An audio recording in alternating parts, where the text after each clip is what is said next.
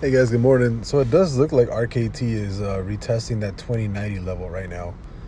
It's retesting it. We're looking for another green candle to be created, and then maybe the next day we're looking for a shoot up. So I'm expecting, hopefully, we see a green day tomorrow, or at least closing above the 2090 price level. That's what we're looking at in order to moonshot basically to 2433. That's the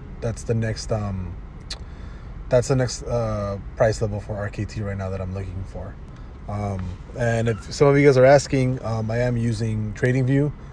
Currently, right now, I just have the mobile. I'm not home, so I can't really trade. I can't really use my my my laptop or whatever and stuff here at work, or my desktop. But yeah, I mean, even right here, the MACD is still strong. We need, in the next 4 hours, we need RKT to actually build up more momentum towards the upside, which I'm currently looking at happening, because it is retesting, so we're looking at a jump up from here, another green candle to be created. But yeah, even on the day chart, it does look like we're barely starting the little mini bull run that we're gonna have, and I do think it's gonna go back to the $24 price range.